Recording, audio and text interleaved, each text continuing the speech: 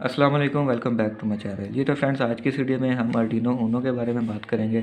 इसकी डिजिटल और analogue pins के बारे में बात करेंगे, इन दोनों में क्या डिफरेंस है, और इसकी पावर पिन्स के बारे में बात करेंगे। इसके वोल्टेज इसको कितने चाहिए कि ये बर्न भी ना हो और अच्छे से वर्क भी करे।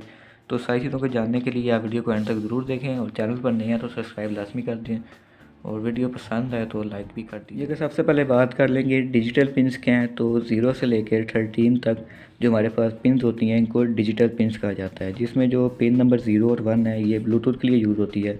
अगर आपके प्रोडक्ट में कोई ब्लूटूथ है तो उसका आप ट्रांसमीटर और रिसीवर पिन नंबर 1 और 0 पे कनेक्ट करेंगे। ट्रांसमीटर पिन नंबर 1 में इस पर TX लिखा हुआ है, इसका मतलब ट्रांसमीटर, और रिसीवर पिन नंबर 0 पे इसमें RX लिखा हुआ है, जिसका मतलब है रिसीवर। इसके अलावा जितनी भी LEDs या मोटर आप अपने प्रोडक्ट में यूज़ कर रहे हैं वो आप पिन नंबर 2 से लेकर पिन नंबर 3 तक कनेक्ट कर सकते हैं। और एनालॉग पिन्स की अगर बात कर लें तो जो A0 से लेकर A5 तक पिन्स होती हैं इनको एनालॉग पिन्स कहा जाता है। इसमें मोस्टली आपके सेंसर कनेक्ट होते हैं, जैसा कि ये अल्ट्रासोनिक सेंसर हो गया, ये IR सेंसर हो गया, इस तरह के बहुत से और भी सेंसर होते हैं जिनको आप एनालॉग पिन्स। बात कर लें पावर पिन्स की, तो पावर पिन्स पे जो पिन है जिस पर लिखा हुआ है VIN, इस पर आपको इतने ही वोल्टेज आउटपुट मिलेंगे जितने आपने इसको इनपुट में दिए हैं। उसके बाद 2 ग्राउंड पिन्स हैं। 5 वोल्ट पिन पे आपको 5 वोल्ट पिन आउटपुट मिलेगा, 3.3 वोल्ट पे 3.3 वोल्ट आउटपुट मिलेगा। मिसाल के तौर पे अगर आपने इसको 5 वोल्ट पावर सप्लाई देनी है तो आप इसको डायरेक्टली ये जो 5 वोल्ट की पिन है यहाँ से आप 5 वोल्ट इसको दे सकते हैं पिन।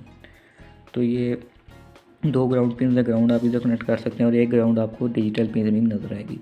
ग्राउंड था मेटल का, ये भी एक तरह का ग्राउंड ही है, ग्राउंड पिन के तौर पर काम करता है। तो अब इसकी इनपुट के बारे में बात कर लेंगे। इनपुट 7 वोल्ट से लेकर 12 वोल्ट तक इसको इनपुट रिक्वायर्ड है।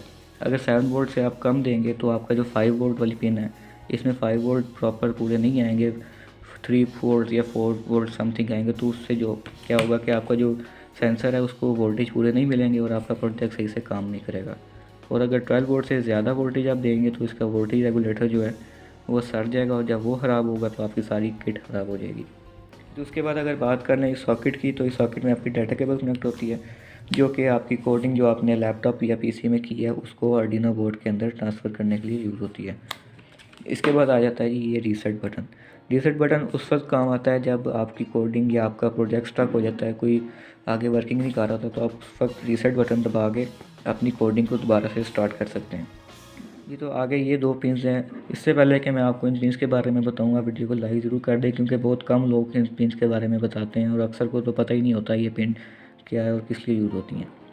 तो लाइक ज़रूर कर दें वीडियो को।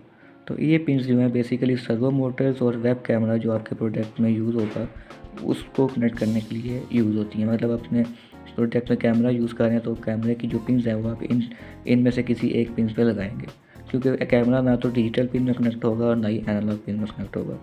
सर्वो मोटर जो है वो फिर आप डिजिटल पिन में लगा के काम चला लेते हैं, लेकिन जो कैमरा है वो इन पिन में कनेक्ट होता है।